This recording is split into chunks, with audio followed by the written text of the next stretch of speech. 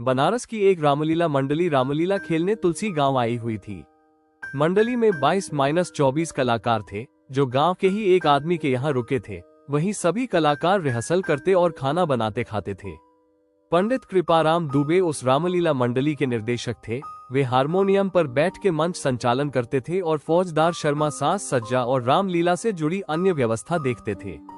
एक दिन पूरी मंडली बैठी थी और रिहर्सल चल रहा था। तभी पंडित कृपाराम दुबे ने फौजदार से कहा, इस बार वो शिव धनुष हल्की और नरम लकड़ी की बनवाएं ताकि राम का पात्र निभा रहे 17 साल के युवक को परेशानी न हो।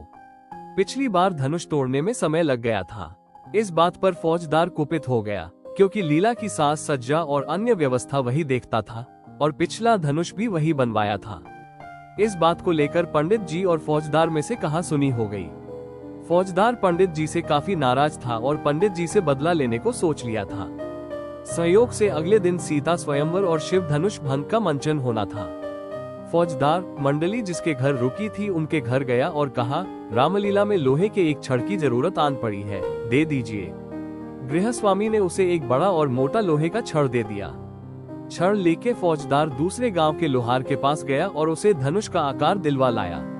रास्ते में उसने धनुष पर कपड़ा लपेटकर और रंगीन कागज से सजा के गांव के एक आदमी के घर रखाया। रात में रामलीला शुरू हुआ तो फौजदार ने चुपके से धनुष बदल दिया और लोहे वाला धनुष ले जाके मंच के आगे रख दिया और खुद पर्दे के पीछे जाके तमाशा देखने के लिए खड़ा हो गया।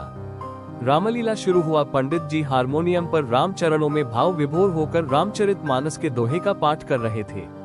हजारों की संख्या में दर्शक शिव धनुष भंग देखने के लिए मूर्तिवत बैठे थे। रामलीला धीरे धीरे आगे बढ़ रही थी। सारे राजाओं के बाद राम जी गुरु से आज्ञा लेके धनुष भंग को आगे बढ़े। पास जाके उन्होंने जब धनुष हो हाथ लगाया तो धनुष उससे उठी ही नहीं। कलाकार को सत्यता का आभास हो गया। उस 17 वर्षीय कलाकार ने पंडित कृपाराम दुबे की तरफ कातर दृष्टि से देखा तो पंडित जी समझ गए कि दाल में कुछ काला है। उन्होंने सोचा कि आज इज्जत चली जाएगी हजारों लोगों के सामने, और ये कलाकार की नहीं स्वयं प्रभु राम की इज्जत दांव पर लगने वाली है।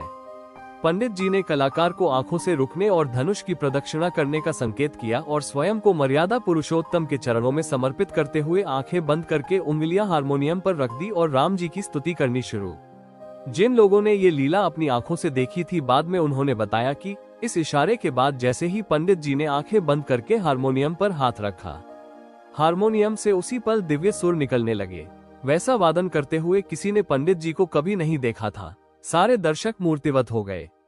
नगाड़े से निकलने वाली परंपरागत आवाज भीषण दंडभी में बदल गई।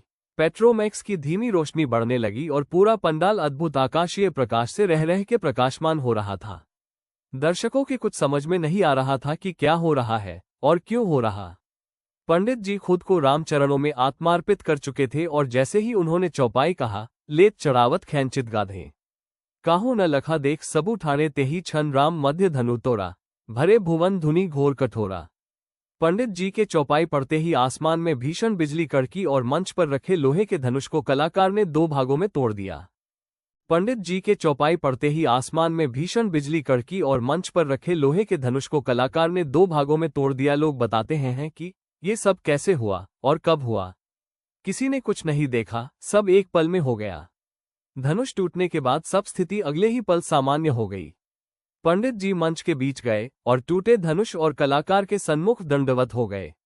लोग शिव धनुष भंग पर जय श्री राम का उद्घोष कर रहे थे और पंडित जी की आंखों से श्रद्धा के आंसू निकल रहे थे। राम सबके हैं, एक बार राम का होकर तो देखिए। बोलिए मर्यादा पुरुषोत्तम भगवान श्री रामचंद्र की जय।